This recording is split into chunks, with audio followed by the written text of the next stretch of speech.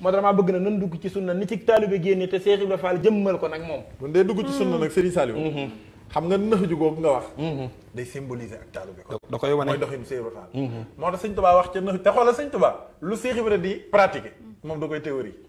doxinu Cheikh Ibra Sëñ Tuubaa moo ko théorie. Cheikh Ibra nee na. waaw Sëñ Tuubaa da leen di wax dëgg. man Ibra Fall ma leen di wan dëgg. xam nga nag jëf dëgg ak a jafe. jëf dëgg ak wane dëgg. day fekk nga xam dëgg. sama Safar Mbar. waaw maa ngi koy siyaare moom Sëñ Moodu Aminta. wallaay ndeysaan di siyaare Sëñ Fallum Sëñ Moodu Aminta. ak Sëñ Malaaka Fall ñoom. ak Sëñ Malaaka Fall ñoom njabaru Cheikh Ibra googu yaa ngi fàttaliku. ba na fa Soxna Aïda Saliou yabalee nan nu terale. wallaay ndeysaan seen teraanga yu rëy ya. wallaay seen cofeel ga. wallaay wax nga dëgg. moo tax waa ko Sëñ Moodu Aminta. yàlla nañ fi yàgg waaye di siyaare Sëñ Cheikh Ndigal Fall. jàmbaar jàngoog. Cheikh Ndigal nag Serigne Saliou daa saf ak Baye Fall. moom daa incarné ak Baye Fall moom. gis nga ak a jafe incarné ak Baye Fall. xam yu ak saf Cheikh Ibra looloo yombut. dëggoom ga fitam wa fu mu gis dëgg wax ko. ngor ga te fi mu nekk xam dëgg wax dëgg ko gën a jafe. ndax mënees naa xam dëgg te doo ko wax.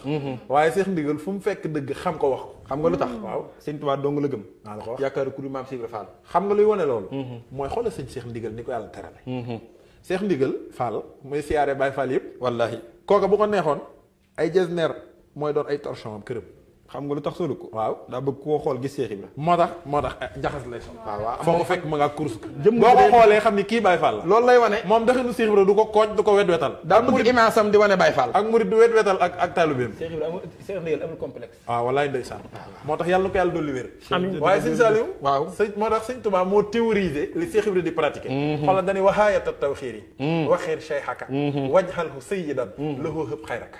nee na yow murid bi na nga am benn sang muy sëb sëriñ. ci ak taalibe. boo dee taalibe. nee na sag taalibe da nga koo siq ak sëb sëriñ. nee na nga ko def mu dib sang.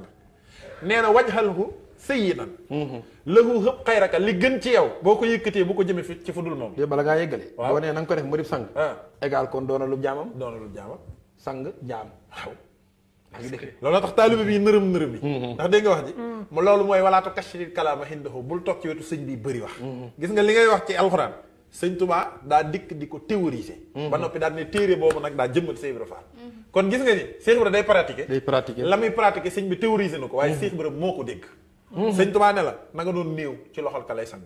soit un cadavre entre les mains de son laveur. il le tourne à sa guise et celui-ci obéit.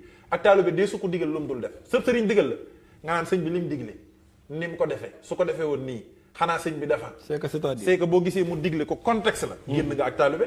sëñ Fall bi mu ñëwee ci Cheikh Ibra sëñ Tuubaa ne ko damaa bëgg a xam lu di taalibe sëñ Tuubaa dañu ko demal ci sa baay Cheikh Ibra bi mu ñëwee ci Cheikh Ibra Cheikh Ibra dañu ko toogal nit a xaar na Cheikh Ibra dem naaj wa ñëw fekk fa sëñ Fallu murit yi comme que sëñ Fallu seenub sëriñ la balay sa est-ce que doo jóge ci naaj bi ñëw ci kër gi mu ne déet fii la ma dëjoon moo tax ab taalibe sab sëriñ dëj la ci bërëb nga jug fa ndax i naaj ak i wax sag taalibe yàqu na Cheikh Ibra ko jàngale xoola sëñ Fallu toog ba yàgg mag ña dañuy ñëw doo randatu ci naaj mu ne déet bi mu fii la ma waxoon ma dëj fii kon fii lay toog bu doon taalibe gi xew léegi dañ naan non sëñ bi mu lay wax toogal fii xam nga ker gee taxoon sëñ bi yow it yërmande la dëggoo irham jami xal wara sëñ Tuubaa bëggul kenn ku lakk moo tax ker gi sax la lay digal di nga ko wet-wetal ba mooy sa ndigalu sëriñ moo tax contexte du tax ab taalibe mën a mooy ndigalu sëriñam la sëriñ ba wax rek ma la ma waaj a waxoon ni ma ak taalibe xam nga lu tax ma jafe waaw mu ne ma taalibe yi léegi yi ba leen sëriñ bi digalee da leen di convaincre ba nopp ñu doog koo topp ak taalibe yàqu mooy sëñ bi day digle di dëgëral ndigal li faaw mu expliquer di ko justifier waaw bu ngeen gisee ma diglee di ko justifier te sëñ sëñ bi war a sëriñ convaincre la nga doog a topp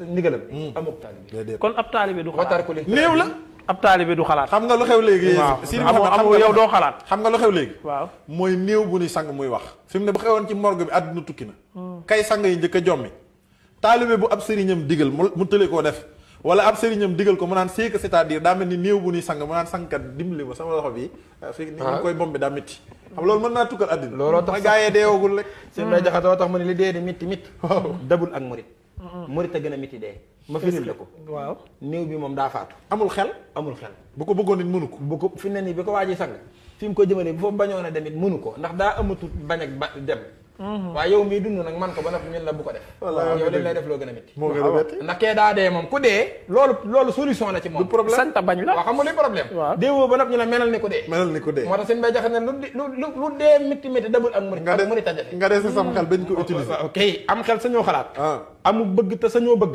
amuk tànn te sañoo tànn xam mais mën a jaar te sañoo tànnal sa bopp fu la sëñ bi di jëme rek fu nga jëme moo tax te mu la leerul ni da nga koy topp moo tax sëñ Saliou sëñ Tuubaa wax ca téere ba loolu Cheikh Ibra yi pratiqué ma indiwaat leen ko wastamihi lazi alayhi dallaka mubadiran walaw abatu nafsuka obéis aux directives du cheikh même si ces directives sont contraires à ta volonté li nga bëggoon bëgg koo tànnal sa bopp bu la sëñ bi tànnalee leneen Sëriñ Tuubaa nee na boo amee taalibe da ngay bàyyi sa tànn te jàpp ci tànnuk sëriñ bi te mu doy la te doo ko dingat ak taalibe lu jafe la salabu ixtiyaar yi li xóot ni sanni yi bi laa inkaar yi